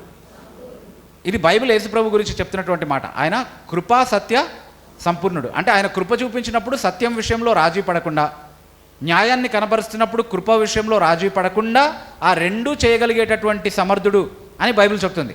అది ఎలా సాధ్యమని మీరు అడగొచ్చు. ఫస్ట్ ఆఫ్ ఆల్ దీన్ని సరిగా అర్థం చేసుకుంటున్నాం. కృప ఉంటే న్యాయం ఉండదు, న్యాయం ఉంటే కృప ఉండదు అని చెప్పాం కదా. దాన్ని సరిగా అర్థం చేసుకునే ప్రయత్నం చేద్దాం మనం. చూడండి, ఇప్పుడు ఒక టీచర్ ఉన్నారు, ఎగ్జామ్ రాసినటువంటి పిల్లల పేపర్లు దిద్దుతున్నారు. పాస్ అవడానికి ఎన్ని మార్కులు రావాలి? ఎన్ని మార్కులు రావాలండి? ఇక్కడ కూడా 35ఏనా? ఓకే, సరే, మా దగ్గర కూడా 35. సరే, 35 మార్కులు వస్తే పాస్. అయితే ఒక స్టూడెంట్కి 34 మార్కులే వచ్చాయి. ఇప్పుడు టీచర్ గారు ఏమన్నారంటే, పాపం ఇప్పుడు నేను వీడిని ఫెయిల్ చేస్తే ఒక సంవత్సరం అంతా వేస్ట్ అయిపోతుంది కదా, కాబట్టి నేను ఒక మార్క్ ఇచ్చి వీడిని పాస్ చేస్తాను అని అనుకుంది. దాన్ని ఏమంటాం మనం? కృప అంటాం, గ్రేస్ మార్క్స్ అంటాం, అందుకే దాన్ని కదా. ఒక మార్క్ ఇచ్చి పాస్ చేసేసింది. అక్కడ కృప ఉంది కానీ ఏం లేదు? సత్యం లేదు. ఎందుకంటే వాస్తవం ఏంటి అక్కడ? వాడు ఫెయిల్, కాబట్టి వాడిని ఫెయిల్ చేయాలి కదా. కానీ కృపతో పాస్ చేసేశారు. ఓకే, ఇంకొక టీచర్ ఉన్నారు, ఇంకో స్టూడెంట్ పేపర్ దిద్దుతున్నారు, అక్కడ కూడా 34 మార్కులే వచ్చాయి. ఇప్పుడు ఈ టీచర్ గారు ఏమన్నారంటే, వీడు అసలు సంవత్సరం అంతా సమయం ఇచ్చినా కనీసం 35 మార్కులు తెచ్చుకొని పాస్ అయ్యేటటువంటి కష్టం కూడా వీడు చూపించలేదు, శ్రమ కూడా వీడు చూపించలేదు, కాబట్టి వీటిని నేను ఫెయిల్ చేస్తాను, నో గ్రేస్ అన్నది. ఫెయిల్ అని రాసేసింది, 34 మార్క్సే వేసింది. అక్కడ ఏముంది? అక్కడ సత్యం ఉంది కానీ ఏం లేదు. ఇది సమస్య అన్నమాట. అంటే కృప చూపిస్తే సత్యం ఉండదు, సత్యము న్యాయము కనబరిస్తే కృప ఉండదు. ఇది మానవ పరిమితిలో మనం అర్థం చేసుకోలేనటువంటి ఒక జటిలమైనటువంటి ఒక సమస్య. అదే మతాల విషయంలో మనం ఆపాదించి ఆలోచించుకున్నప్పుడు కూడా అదే సమస్య తలెత్తుతుంది. ఊరికనే క్షమించేస్తే న్యాయం లేని దేవుడు అవుతాడు, సత్యం లేని దేవుడు అవుతాడు, కృప మాత్రమే కనబరిచిన వాడు అవుతాడు.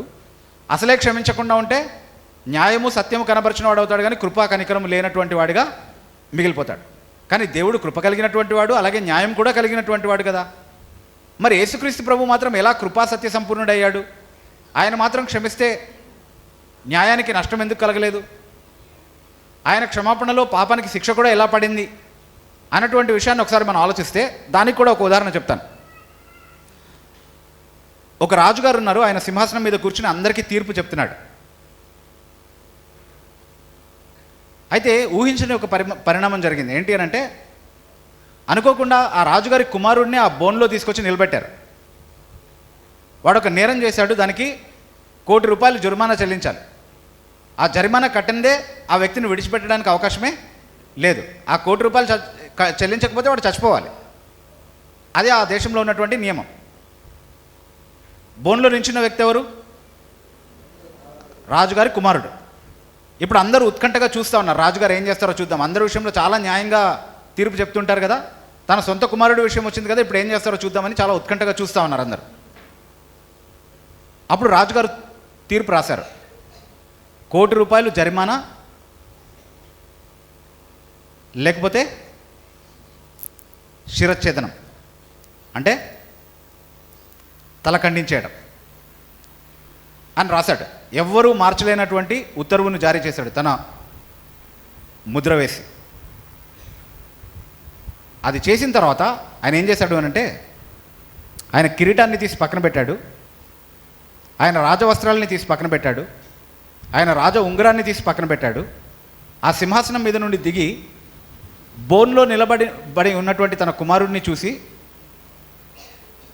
ఆయన్ని పక్కకు తప్పించి, నేరస్తుడైన తన కుమారుని స్థానంలో ఆ తండ్రే నిలబడి వాడు చెల్లించాల్సినటువంటి ₹1,00,00,000 ఈ రాజుగారే చెల్లించి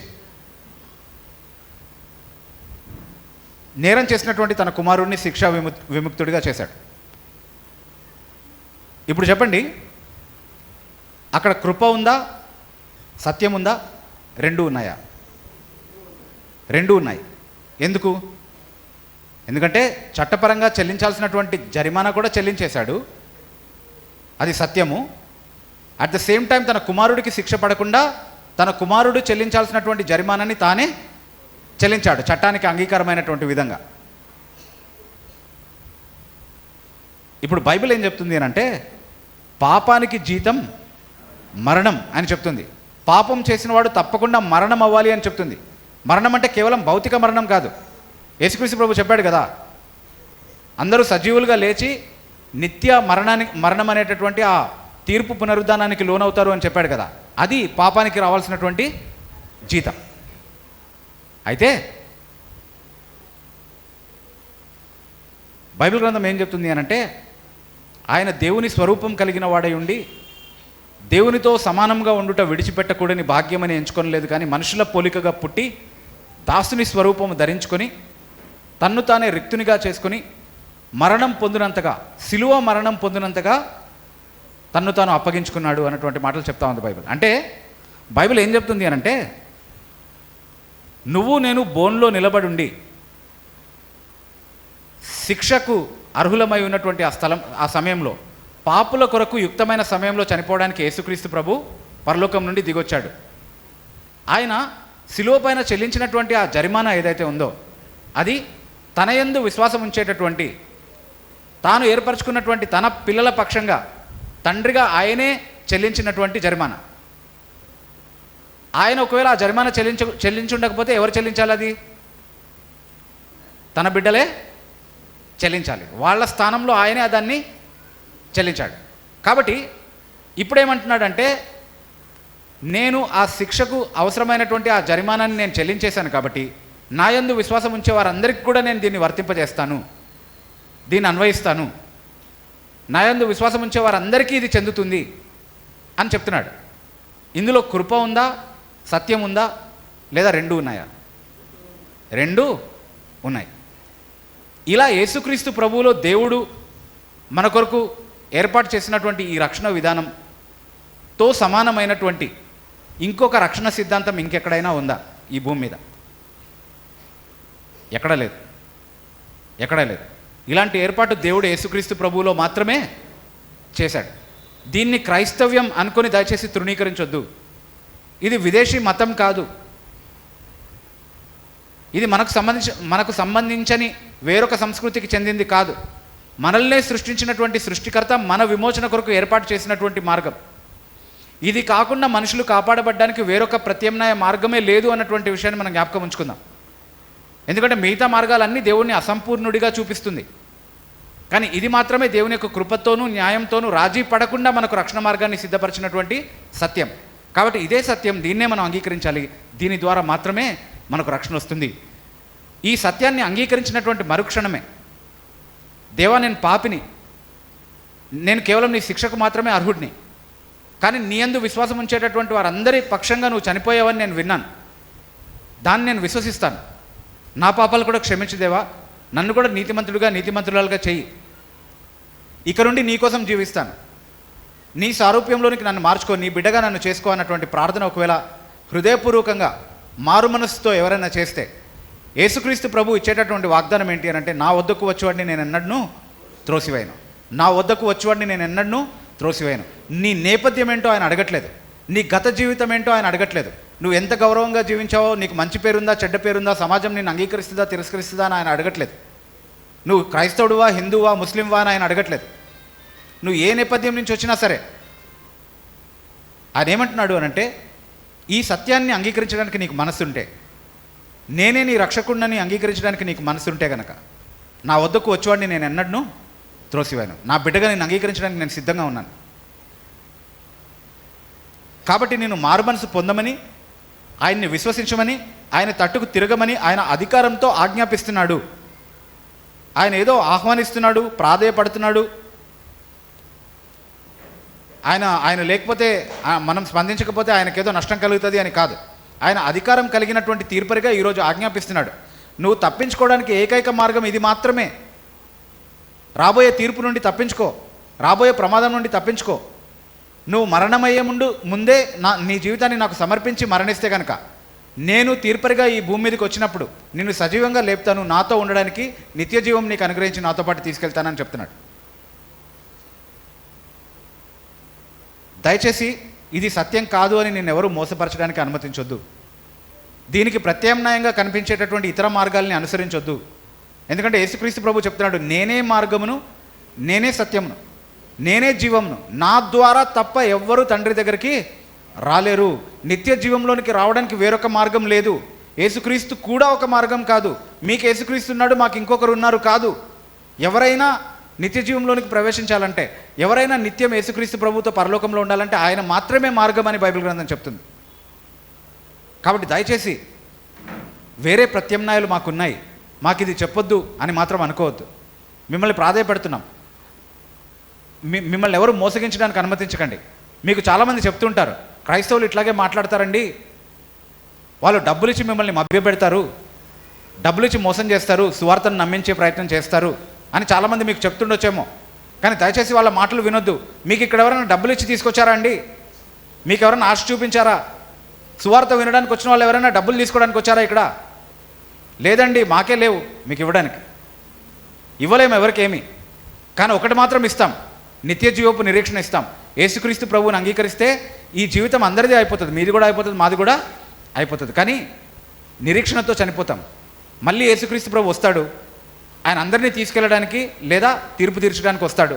ఆ సమయంలో మనం ఆయనతో పాటు వెళ్ళేవారిగా ఉంటాము అన్నటువంటి నిరీక్షణతో మనం చనిపోవడానికి ఆహ్వానం ఇస్తూ ఉన్నాం. లేదండి, క్రైస్తవులు తీసుకెళ్ళి మీ దశమ భాగాన్ని దోచేసుకుంటారు అని ఇంకొందరు చెప్తూ ఉంటారు. మీకు వాళ్ళకే తెలియదు అసలు క్రైస్తవులు ఏం చేస్తున్నారో, డబ్బులు ఇస్తున్నారో తీసుకుంటున్నారో వాళ్ళకే తెలియదు, కన్ఫ్యూజన్లో ఉన్నారు.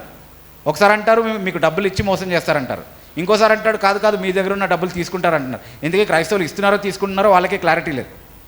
సరే, వాళ్ళ విషయం అలా ఉంచుదాం. ఇక్కడ ఎవరైనా మిమ్మల్ని డబ్బులు ఇవ్వమని అడుగుతున్నారండి? డబ్బులు ఇవ్వలేదు మీకు ఎవరు, సరే డబ్బులు ఇవ్వమని అడుగుతున్నారా? డబ్బులు ఇచ్చి రక్షణ కొనుక్కోమని ఎవరైనా చెప్తున్నారండి? లేదు.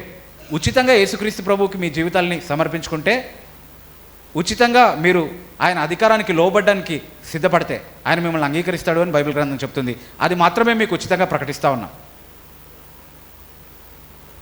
నేను ఎవరినో ఎక్కడి నుంచో వచ్చాను, ఇంకొకసారి మీరు నన్ను చూస్తారో చూడరో కూడా తెలియదు. మళ్ళీ ఈ మాటలు మీకు ఎవరైనా చెప్తారో చెప్పరో కూడా తెలియదు. ఎందుకంటే అందరి జీవితాలు అశాశ్వతమైనవే, ఎప్పుడెవరో ఎక్కడ చనిపోతామో తెలియదు. బహుశా ఇదేసారి మీరు చివరిగా ఈ మాటలు వింటున్నారేమో, మళ్ళీ దీని గురించి ఆలోచించుకోవడానికి కూడా మీకు అవకాశం రాకపోవచ్చు. కానీ బైబిల్ చెప్తుంది, నేడే మిక్కిలి అనుకూల సమయం, నేడే రక్షణ దినం అని బైబిల్ చెప్తా ఉంది. యెహోవా దొరుకు దినమున ఆయనని వెతుకుడి అని చెప్తుంది. అంటే ఈరోజు మనం దేవునికి మొరపెట్టుకుంటే, ఈరోజు దేవా నేను పాపిని, నన్ను క్షమించు, నన్ను కరుణించు అని ఒకవేళ మనం ఆయన అడిగితే ఆయన మనల్ని అంగీకరించేటటువంటి స్థితిలో మనం ఉన్నాం.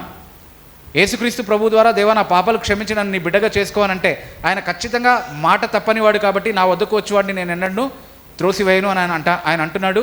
ఆ మాటల్ని మనం ఖచ్చితంగా నమ్మొచ్చు, దానిపైన మనం విశ్వాసం ఉంచవచ్చు. కానీ ఈ జీవితం ముగిసిపోయిన తర్వాత, ఒక్కసారి మనం సమాధుల్లోకి వెళ్ళిపోయిన తర్వాత, ఒకసారి మన చేతుల్లో నుండి అవకాశం చేజారిపోయిన తర్వాత ఇక మిగిలేది తీర్పు దినం మాత్రమే. ఆ తర్వాత మళ్ళీ అవకాశం ఉండదు అన్నటువంటి విషయాన్ని మనం జ్ఞాపకం ఉంచుకుందాం. కాబట్టి ఎవరు కాని మాటలు చెప్పి, మోసపూరితమైనటువంటి మాటలు చెప్పి మిమ్మల్ని తప్పించే అనుమతి మీరు ఇవ్వద్దు. బైబిల్లో అన్నీ బూతులు ఉంటాయండి, బైబిల్లో తప్పుడు మాటలు ఉంటాయండి, బైబిల్లో అనైతికమైనటువంటి మాటలు ఉంటాయండి అని చాలామంది చెప్పేటటువంటి వాళ్ళు బయలుదేరారు. వాళ్ళు మీకు ఏం చూపిస్తారో తెలుసా? బూతులుగా. ఇది బూతు కాబట్టి దీన్ని వెంబడించొద్దు అని బైబిల్ చెప్పినటువంటి సందర్భాలని కూడా చూపించి అదిగో బూతు అని మాట్లాడతారు. అది మోసం అంటే. అది తప్పురానైనా అది చేయకూడదని చెప్పడానికి బైబిల్ రాసినటువంటి సందర్భాలని కూడా చూపించి అదిగో బూతుంది బైబిల్లో అని చూపిస్తారు. మీకు బైబిల్ తెలియదు కదా కాబట్టి అవునేమో అనుకుంటారు మీరు. కానీ క్షుణ్ణంగా దేవుని వాక్యాన్ని చదవండి. ఈ రోజు నుంచి బైబిల్ గ్రంథాన్ని చదవండి. బైబిల్లో బయలుపరచబడినటువంటి దేవుని గొప్పతనం ఏంటో చూడండి. బైబిల్లో బయలుపరచబడినటువంటి దేవుని గొప్పతనం ఏంటి అని అంటే బైబిల్ గ్రంథం చెప్తా ఉంది, యెహోవా వేల్పులలో నీ వంటి వాడెవడు. వేల్పులు అంటే వేల్పులు అంటే పలానా వాడు మా ఇలవేల్పు అని చెప్తుంటారు కదా. వేల్పు అంటే దేవుళ్ళు, దైవములు అని అర్థం. వేల్పులలో నీ వంటి వాడెవడు. యెహోవా వేల్పులలో నీ వంటి వాడెవడు, పరిశుద్ధతను బట్టి నీవు మహనీయుడవు అని బైబిల్ చెప్తుంది. అంటే బైబిల్లో బయలుపరచబడినటువంటి దేవుడు పరిశుద్ధుడైనటువంటి వాడు, పాపరహితుడు, ఎలాంటి పాపము లేనటువంటి వాడు. కాబట్టి నీ పాపాల నుండి నిన్ను క్షమించడానికి, నిన్ను రక్షించడానికి సమర్థుడు ఆయన మాత్రమే. బైబిల్లో ఉన్నటువంటి దేవుడు ఏ పాపము చేయనటువంటి వాడు కాబట్టే నీ పాపాలకు తగిన శిక్ష విధించడానికి అర్హుడు, అధికారి కూడా ఆయన మాత్రమే. కానీ బైబిల్ని అన్యాయంగా విమర్శించేటటువంటి వాళ్ళు నిన్ను నమ్మమని, విశ్వాసం ఉంచమని ప్రేరేపించేటటువంటి దేవుళ్ళు వాళ్ళే పాపాలు చేసినటువంటి దాఖలాలు ఉన్నాయి. వాళ్ళు పరిశుద్ధులు కారు. వాళ్ళకు లేని పరిశుద్ధత మీకు ఎలా ఇస్తారు? వాళ్ళే శిక్షార్హులుగా ఉన్నారే, వాళ్ళు మిమ్మల్ని శిక్ష నుండి ఎలా తప్పిస్తారు? వాళ్ళకే రక్షణ అవసరమై ఉందే, వాళ్ళు మీకు ఎలా రక్షణ ఇస్తారు? బైబిల్లో బయలుపరచబడినటువంటి దేవుడు సాటి లేని దేవుడు. ఆయన నిజంగా పరిశుద్ధులైనటువంటి వాడు. ఆయన పాపరహితుడు కాబట్టి అన్ని పాపాల నుండి మనల్ని విమోచించడానికి ఆయన మాత్రమే సమర్థుడు అని బైబిల్ గ్రంథం చెప్తా ఉంది. ఆ ప్రభు చెప్తా ఉన్నాడు, ఆశ్చర్యపడకండి, ఒక కాలం రాబోతుంది, అందరూ నా స్వరం వింటారు. సమాధుల్లో ఉన్న అందరూ నా స్వరం వింటారు. సజీవులుగా బయటికి తిరిగి వస్తారు, లేచొస్తారు. వాళ్ళందరూ నా ముందు నిలబడతారు. నేను వాళ్ళ ముందు తీర్పరిగా కూర్చుని ఉంటాను. మేలు చేసిన వాళ్ళందరూ కూడా నాతో పాటు నిత్యం ఉండడానికి వస్తారు.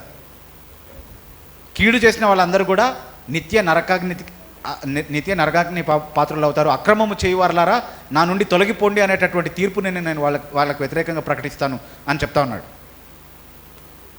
అందరూ కీడు చేసిన వాళ్ళే, కానీ ఆయన చేత అంగీకరించబడేటటువంటి మేలు చేసినటువంటి వాళ్ళు ఎవరు అని అంటే యేసుక్రీస్తు ప్రభునందు విశ్వాసం ఉంచినటువంటి వాళ్ళు. నీ ప్రాణాల్ని నువ్వు కాపాడుకోవడానికి నువ్వు చేయగలిగేటటువంటి మేలంటూ ఏదైనా ఉంది అని అంటే యేసుక్రీస్తు ప్రభువుని విశ్వసించి ఆయనలో మాత్రమే రక్షణ ఉందన్నటువంటి సత్యాన్ని అంగీకరించడం, మారుమనసుతో ఆయన తట్టుకు తిరిగి నీ జీవితాన్ని ఆయన చేతిలో పెట్టడం. అది మాత్రమే రాబోయేటటువంటి దేవుని ఉగ్రత నుండి, శిక్ష నుండి నిన్ను కాపాడగలిగేటటువంటి ఏకైక మార్గం. ఇది బైబిల్ చెప్పేటటువంటి సత్యం. ఇదే బైబిల్ ప్రకటించేటటువంటి సువార్త. అది మాత్రమే నేను మీకు ప్రకటించాలని ఈ సాయంకాలం మీ ముందు నిలబడ్డాను. ఒకవేళ ఈ సత్యాన్ని ప్రకటించడం వరకు మాత్రమే నాకు ఇవ్వబడినటువంటి బాధ్యత. కానీ ఒక వ్యక్తి అంతరంగంలో మార్పు కలగజేసేది నేను కాదు. ఒక వ్యక్తి అంతరంగంలో, హృదయంలో మార్పు కలిగించేది దేవుని ఆత్మ. దేవుడు మాత్రమే ఆ కార్యాన్ని చేయగలడు. ఒకవేళ దేవుడు నీతో మాట్లాడుతున్నట్టుగా నీకు అనిపిస్తే కనుక, నిజంగా ఈ మాటలు నా గురించే చెప్తున్నాయి, పాపంలో ఉన్న నాకు నిరీక్షణగా ఈ మాటలు చెప్పబడుతున్నాయి, ఇంత సులభంగా, ఇంత సునాయాసంగా నా పాపాలు క్షమించబడి దేవుని బిడ్డగా నేను అయ్యేటటువంటి అవకాశం ఉందా యేసుక్రీస్తులో? అలా అయితే నేను దీన్ని చేజార్చి పొరపాటు చేయకూడదు, ఇది నిజంగా నా కోసమే ప్రకటించబడినటువంటి సువార్త అని ఒకవేళ నీకు అనిపిస్తే కనుక యేసుక్రీస్తు ప్రభువుని అంగీకరించి ఆయన బిడ్డగా అవడానికి జాప్యం చేయొద్దు. ఎందుకంటే మరొక అవకాశం నీకు రాకపోవచ్చు. కానీ ఒకవేళ నీ మనసులో వెక్కిరింపు కలుగుతుంటే, వెటకారం కలుగుతూ ఉంటే, అపహాస్యం పుడుతూ ఉంటే, అబ్బో ఇది పెద్ద సత్యం అంట, చాలా విన్నాంలేండి మీ సువార్త ప్రకటన, మీ క్రైస్తవుల జీవితాలు మాకు తెలీదా అని ఒకవేళ అవహేళన మాటలు ఒకవేళ మీ మనసులో పుడుతూ ఉంటే కనుక, క్రైస్తవ్యాన్ని, క్రైస్తవ సువార్తని అపహాస్యం చేసేటటువంటి తలంపులు నీ మనసులో పుడుతూ ఉంటే కనుక మీరు గుర్తుపెట్టుకోండి, మనకు తీర్పరుగులుగా నిలవబడబోయేది క్రైస్తవులు కాదు, యేసుక్రీస్తు ప్రభువే. ఏ పాపము చేయనటువంటి యేసుక్రీస్తు ప్రభు ఈ లోకాన్ని తీర్పు తీర్చబోతున్నారు. క్రైస్తవులుగా చలామణి అవుతూ ఎవరైతే అన్యాయపు జీవితాలు జీవిస్తున్నారో వాళ్ళు కూడా రెండంతల నరకపాత్రులు అవుతారు. వాళ్ళు కూడా యేసుక్రీస్తు ప్రభు శిక్షావిధికి లోనవుతారు. వాళ్ళు క్రైస్తవులుగా పేరు పెట్టుకొని ఆ మతం పుచ్చుకొని అందులో ఉన్నంత మాత్రాన వాళ్ళేం సురక్షితంగా లేరు. ఎవరైనా సరే యేసుక్రీస్తు ప్రభుని సొంత రక్షకుడిగా అంగీకరించి ఆయన బిడ్డలుగా ఉండడానికి వారి జీవితాలని సమర్పించుకున్నటువంటి వారు మాత్రమే యేసుక్రీస్తు ప్రభుతో ఉంటారు. ఆ సత్యాన్ని అర్థం చేసుకోకుండా ఒకవేళ తిరస్కరించి అపహాస్యం చేసే విధంగా ఒకవేళ నీ మనసు ప్రేరేపించబడితే కనుక ఇక నిన్ను రక్షించడానికి వేరొక రక్షణ మార్గమే లేదు అన్నటువంటి విషయాన్ని గుర్తుపెట్టుకో. నీ విశ్వాసంలోనే నువ్వు బలపడి తప్పుడు విశ్వాసంలోనే ఉంటూ రక్షణకు ఏకైక మార్గాన్ని తిరస్కరించి క్రీస్తు లేని దేవుని ప్రేమ లేనటువంటి నిత్యమైన ఆ యాతన అనుభవించేటటువంటి నరకమే నీకు అంతంగా విధించబడింది. కాబట్టే నువ్వు వెక్కిరిస్తున్నావు, కాబట్టే నువ్వు అవహేళన చేస్తున్నావు. ఈరోజు కనబడేటటువంటి భద్రత ఆ రోజు ఉండదు. ఈరోజు దేన్ని చూసి నువ్వు అపహాస్యం చేస్తున్నావు అది ఆ రోజు ఉండదు. ఆ రోజు ఆయన చేతుల నుండి కాపాడగలిగేటటువంటి వాళ్ళు ఎవరు ఉండరు. అది బైబిల్ గ్రంథం చెప్తా ఉంది. కాబట్టి ఇదే సత్యం. క్రైస్తవులకి ఇదే సత్యం, హిందువులకి ఇదే సత్యం, ముస్లింలకు ఇదే సత్యం, నాస్తికులకు ఇదే సత్యం. నువ్వు ఏ విశ్వాస నేపథ్యం నుంచి వచ్చినటువంటి వ్యక్తివైనా ఇదే నీకు సత్యం. నేను క్రైస్తవుడిని విర్రవీగొద్దు. చిన్నప్పటి నుంచి నేను క్రైస్తవ కుటుంబంలోనే పుట్టి పెరిగాను కాబట్టి నాకు రక్షణ ఉందని అనుకోవద్దు దయచేసి. ఎవరికి ఏ మినహాయింపు లేదు, అందరూ పాపంలోనే ఉన్నటువంటి వారే. వ్యక్తిగతంగా యేసుక్రీస్తు ప్రభువును అంగీకరించకపోతే, వ్యక్తిగతంగా యేసుక్రీస్తు ప్రభుకి నీ జీవితాన్ని సమర్పించుకోకపోతే నీకు ఎలాంటి భద్రత లేదు, ఎలాంటి రక్షణ లేదు, ఎలాంటి నిశ్చయత లేదు అన్నటువంటి మాట బైబిల్ గ్రంథం చెప్తా ఉంది. సో ఈ హెచ్చరిక మాటని తీసుకుని నేనేమి ఎవరెవరు విశ్వసిస్తున్నారో చేతులు చూపించండి అని నేను అడగను. విశ్వసించే వాళ్ళందరూ లేచి ముందుకు నడిచి రండి, మోకరించి నాతో కలిపి ప్రార్థన చేయండి అని నేను చెప్పను. కానీ ఖచ్చితంగా నేనేం చెప్తానంటే, నేను చెప్పినటువంటి మాటలు అర్థవంతంగా మీకు అనిపిస్తే, అనుమానాలు ఉండొచ్చు, ఇంకా సందేహాలు ఉండొచ్చు, అవన్నీ తీర్చుకునే అవకాశం ఉంది.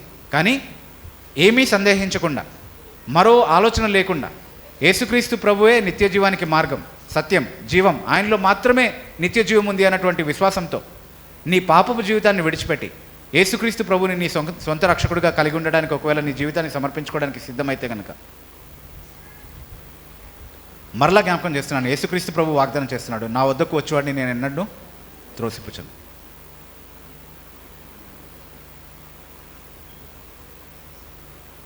దాన్ని సద్వినియోగం చేసుకోగలిగేటటువంటి కృప ఈ మాటలు విన్న అందరికీ కూడా దేవుడు ఇవ్వాలని నేను ప్రార్థన చేస్తూ ఉన్నాను. మీరు ఒంటరిగా ఉన్నప్పుడు మీ గురించి మీరు ఆలోచించండి. ఇప్పటివరకు జీవించినటువంటి మీ జీవితాన్ని గురించి ఆలోచించండి. నిజంగా మనం చేసినటువంటి పాపాలు ఏంటి? నిజంగా దేవుడు, పరిశుద్ధుడైనటువంటి దేవుడు నన్ను తీర్పు తీరుస్తే ఇంకొక వ్యక్తితో పోల్చుకుంటే నేను మంచివాడినా చెడ్డవాడినా అన్నటువంటి కొలమానంతో నన్ను కొలవడు కదా. ఆయన దృష్టిలో ఏది మంచిది ఏది చెడ్డది అన్నటువంటి దృష్టిలో ఆయన చూస్తాడు. నేను ఎప్పుడూ నరహత్య చేయలేదా? నేను ఎప్పుడూ వ్యభిచారం చేయలేదా? నేను ఎప్పుడూ నా పొరుగు అనేది ఆశించలేదా? ఈర్ష, అసూయ, కామ వికారపు ఆలోచనలు అనేవి నా జీవితంలో లేవా? ఇవన్నీ సరిపోవా నన్ను నరకంలో దేవుడు నిత్యం నాశనం చేయడానికి? ఇవి సరిపోతాయని బైబిల్ చెప్తుంది. కాబట్టి అయితే ఈ పాపాలన్నింటిలో నుండి నేను కాపాడబడ్డానికి యేసుక్రీస్తు ప్రభు అనేటటువంటి మార్గం ఉందని బైబిల్ చెప్తుంది. కాబట్టి నేను దాన్ని విశ్వసిస్తాను, నేను దాన్ని అంగీకరిస్తాను. దేవా, పాపినైనా నన్ను కరుణించి నీ బిడ్డగా నన్ను చేసుకో, యేసుక్రీస్తు ప్రభులో నా పాపాలు క్షమించు అని చిన్న బిడ్డ విశ్వాసం వలె, ఒక చిన్న బిడ్డకు ఉన్నటువంటి ఆ నమ్మకాన్ని కలిగి ఉండి యేసుక్రీస్తు ప్రభు చెప్తున్నటువంటి ఈ మాటలను అంగీకరించి దేవుని సన్నిధిలో మొరపెట్టగలిగితే ఖచ్చితంగా ఆయన నమ్మదగిన వాడు, నీతిమంతుడు. కాబట్టి మన పాపాలను ఆయన క్షమిస్తాడు. సమస్తమైన దుర్నీతి నుండి ఆయన మనల్ని పవిత్రులుగా చేస్తాడు. మనల్ని తన బిడ్డగా చేసుకుని నిత్య పరలోకపు నిరీక్షణ మనకు అనుగ్రహిస్తాడు అన్నటువంటి వాగ్దానాన్ని ఆయన చెప్తా ఉన్నాడు.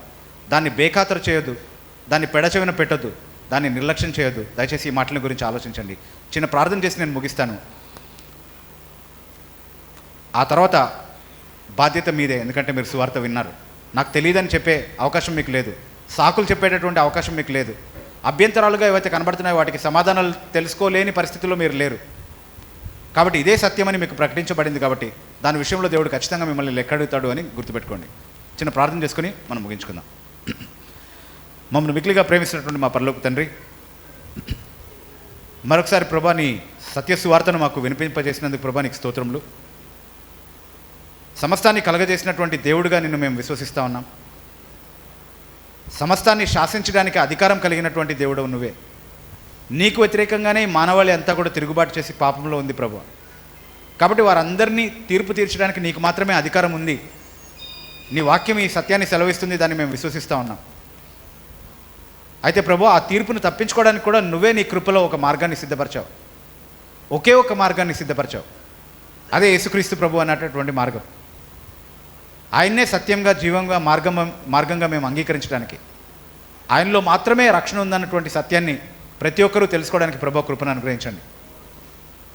ఈ విశ్వాసం ద్వారా మాత్రమే ఎవరైనా క్షమించబడతారని, నీ బిడ్డలుగా చేయబడతారని నీ వాక్యం చెప్తుంది. కాబట్టి ఈ సత్యం నుండి మమ్మల్ని మరలించేటటువంటి మోసాలకు మేము గురి అవ్వకుండా ప్రభు, ఇదే సత్యం అనేటటువంటి ఆ వాస్తవాన్ని మేము గ్రహించి నీ అందే లక్ష్యం కలిగి ఉండి ప్రభు, నువ్వు ఇచ్చేటటువంటి క్షమాపణను మేము విశ్వాసంతో, నిరీక్షణతో అంగీకరించి, నా వద్దకు వచ్చేవాడిని నేను ఎన్నడూ త్రోసిపుచ్చును అన్నటువంటి నీ వాగ్దానం ప్రకారం ప్రభు, నీ బిడ్డలుగా మేము అవ్వడానికి మా అందరికీ, ఇక్కడ ఉన్నటువంటి అందరికీ ప్రభు కృపను అనుగ్రహించమని వేడుకుంటున్నాం. ప్రభు నీ వాక్యం సత్యమైనది, అందులో పొల్లైనను తప్పకుండా ప్రభు అన్నిటినీ నెరవేర్చుకుంటాం. విశ్వాసులకు నువ్వు వాగ్దానం చేసినటువంటి నిత్య జీవం ఖచ్చితంగా అనుగ్రహిస్తావని మేము విశ్వసిస్తున్నాం. అవిశ్వాసులకు వ్యతిరేకంగా నువ్వు ప్రకటించినటువంటి తీర్పు కూడా ఖచ్చితంగా నెరవేర్పులోనికి తీసుకొస్తావని మేము విశ్వసిస్తున్నాం.